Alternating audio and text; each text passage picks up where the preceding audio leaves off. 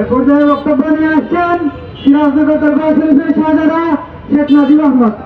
আসসালামু আলাইকুম ওয়া রাহমাতুল্লাহ। আমরা কখনো ভাঙচুর করি না, এই জন্য আমাদেরকে শান্ত বুঝে আমাদের সাথে বেইনসাফি করবেন না।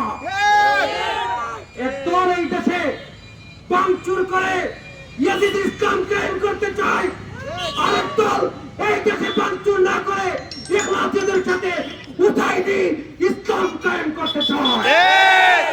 এই হুসাইনি ইসলাম যারা কায়েম করতে চায় তাদেরকে শান্তভাবে বেইনসাফি করে নেবেন না, কারণ আমার ভাইয়ের হত্যার শাস্তি যদি না করা হয় শ্রীমঙ্গল আগামীকাল থেকে পথ থাকবে।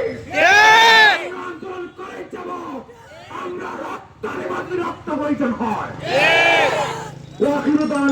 আসসালামু আলাইকুম ওয়া রাহমাতুল্লাহ।